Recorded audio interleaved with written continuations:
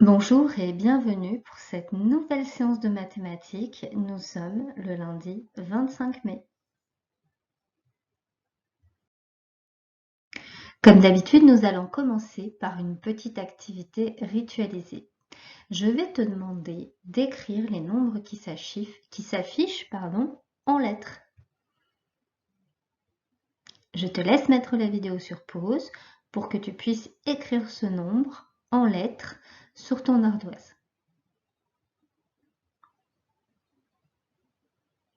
On passe à la correction? Alors ce nombre, eh bien c'est le nombre 411. Je l'écris 4-100-11. Attention, quand le mot 100 est au milieu, on ne met pas de S. D'accord? C'est juste quand il est à la fin que tu peux mettre un S. On continue? Écris en lettres le nombre suivant. Je te laisse le découvrir. Tu peux mettre la vidéo sur pause.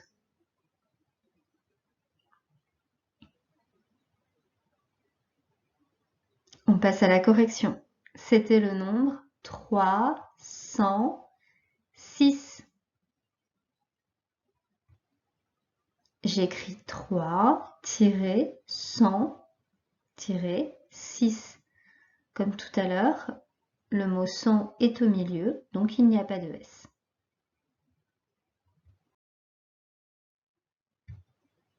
Écris en lettres le numéro suivant, le nombre suivant. Tu peux mettre la vidéo sur pause.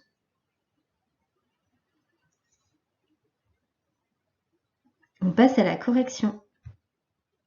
2-100-4-20-7.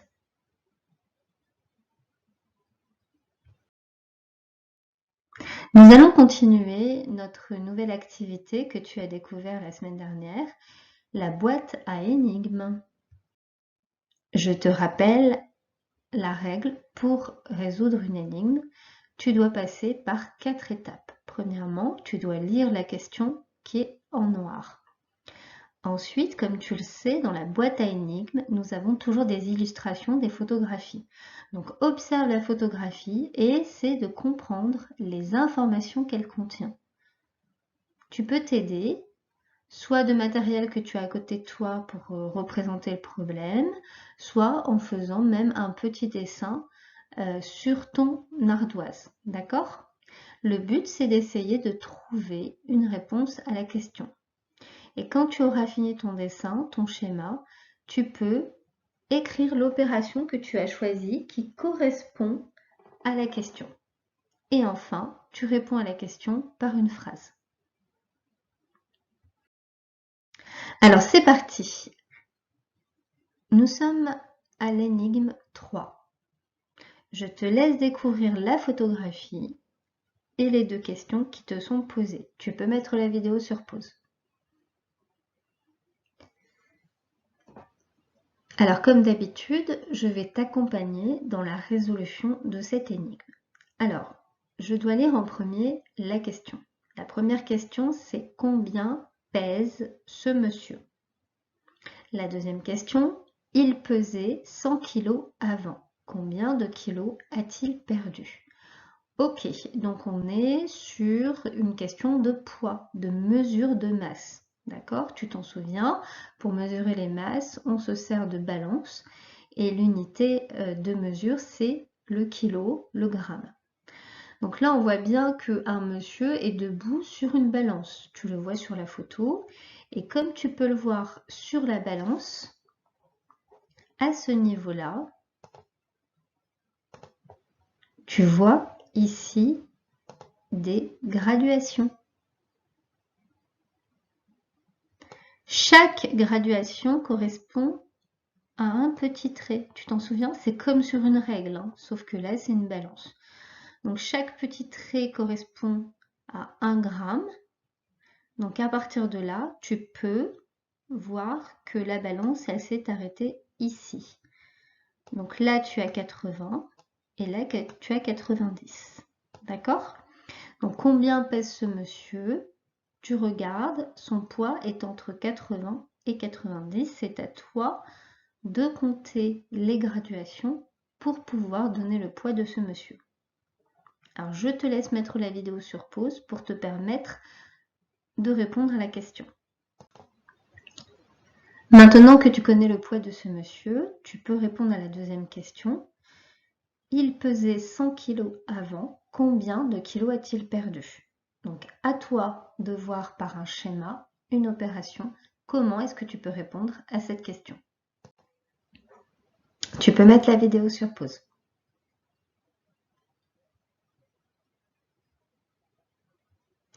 Nous allons maintenant passer à la correction globale. Alors, comme je t'ai expliqué tout à l'heure, il y a des petits traits entre le 80 et le 90. Il s'agit des graduations comme dans une règle. Chaque petit trait correspond à une unité de mesure.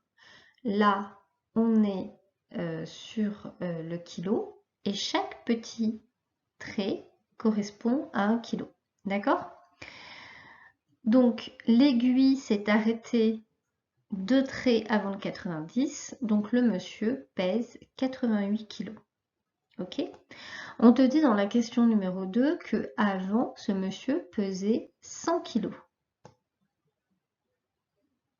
Et aujourd'hui, il pèse 88 kg.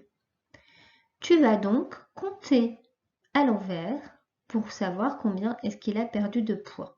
Donc tu peux faire 100 moins 88. Ou tu peux décompter en arrière. Donc tu pars de 100 pour aller à la dizaine qui est juste avant, c'est 90. Donc ça fait moins 10.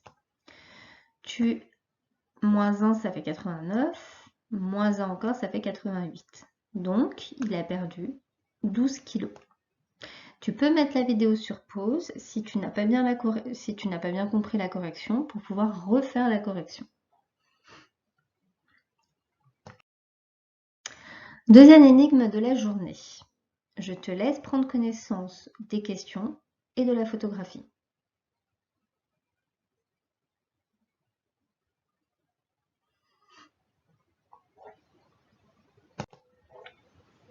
Alors, je vais t'aider un peu. Première question, combien y a-t-il de macarons? Deuxième question, combien manque-t-il de macarons pour en avoir 30 au total? Ok, donc je regarde la photo. Il s'agit de macarons qui sont rangés dans un étui. Tu les vois, il y a plusieurs rangées de macarons. Et on me demande de calculer, de trouver le nombre total de macarons. Ça, c'est ma première question. La deuxième question, c'est qu'on nous dit, pour en avoir 30, il en manque combien pour arriver jusqu'à 30? Ok? Alors, je te laisse mettre la vidéo sur pause, maintenant que tu as des indices supplémentaires pour pouvoir résoudre cette énigme.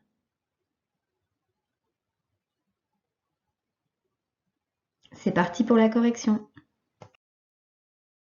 Alors ici, tu retrouves la photo de la boîte de macarons. Et tu vois, on a 4 rangées.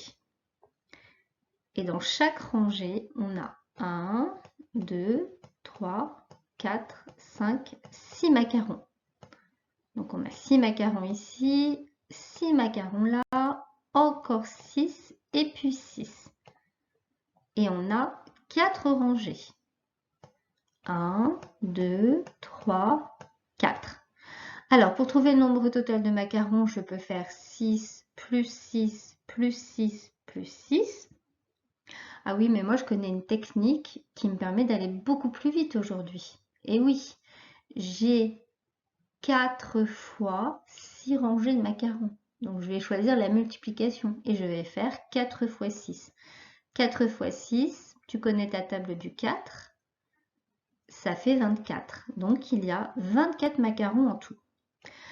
Ça, c'était la réponse à la première question. La deuxième question, on te dit combien manque-t-il de macarons pour en avoir 30? Ok, eh bien je vais faire des bons comme d'habitude. Je vais partir de 24 et mon objectif c'est d'arriver à 30. Je peux me servir de mes doigts.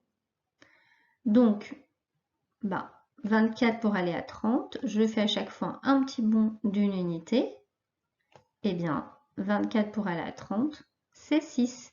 Il manque 6 macarons pour en avoir 30. Tu peux mettre la vidéo sur pause pour refaire la correction tranquillement si tu t'es trompé ou si tu n'as pas bien compris la solution.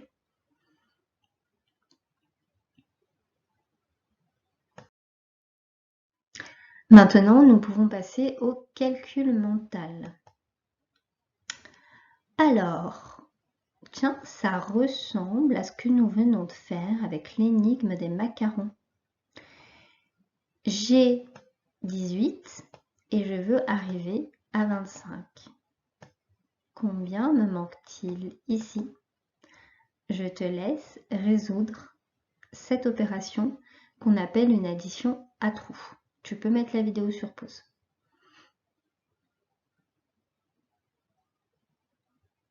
Alors, correction. Je pars de 18. On est d'accord? Hop, j'ai 18 ici. Mon objectif, c'est d'arriver à 25 parce que c'est mon total qui est là. J'ai combien d'unités entre les deux? Eh bien, je vais faire des bons. 1, 2, 3, 4, 5, 6 et 7. Donc la solution, c'est 18 plus 7 font 25.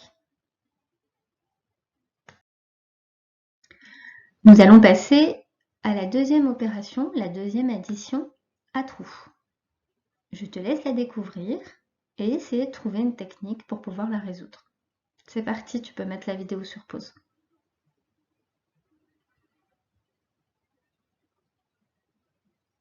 Alors, je pars de 50. Boum, c'est là. 50, c'est un nombre avec une dizaine entière. Je dois arriver à 110, c'est le total.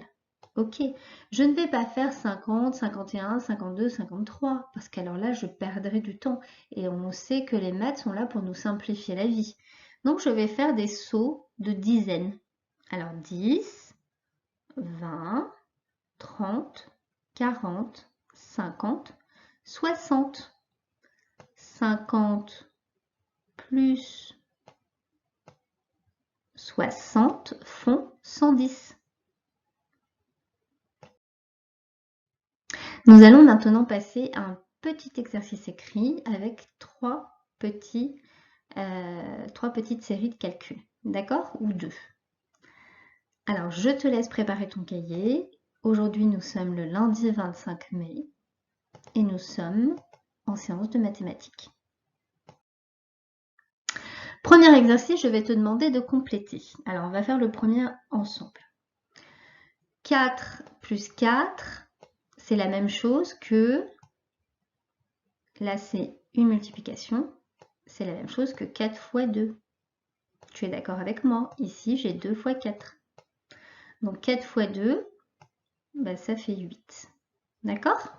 Donc pour les prochaines lignes, c'est la même chose.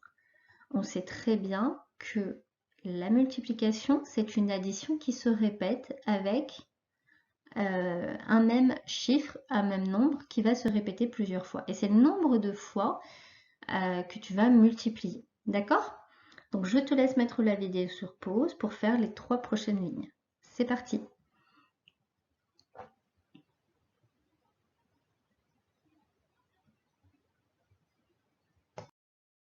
Passons à l'exercice numéro 2.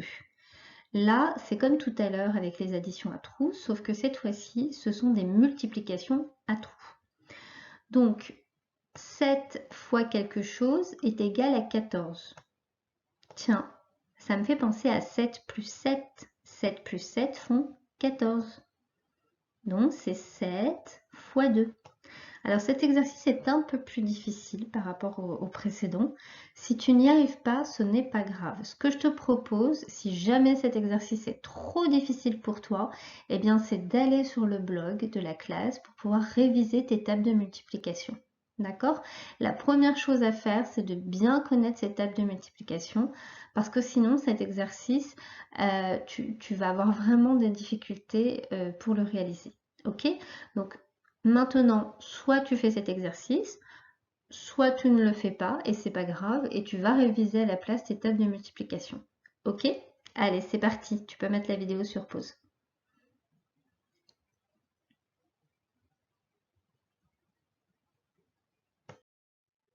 Alors la séance en vidéo est terminée. Les 2 derniers exercices écrits, j'aimerais bien que tu me les envoies en photo pour que je puisse regarder si tu as bien compris les multiplications et pour que je puisse t'aider si jamais tu rencontres des difficultés. Alors l'étape de multiplication, à partir du moment où tu as bien compris qu'il s'agit d'une addition qui se répète et que l'écriture de la multiplication nous permet d'aller plus vite et nous simplifie les calculs, normalement, tu ne devrais pas avoir de difficultés puisqu'après, il s'agit juste d'apprendre par cœur les tables de multiplication.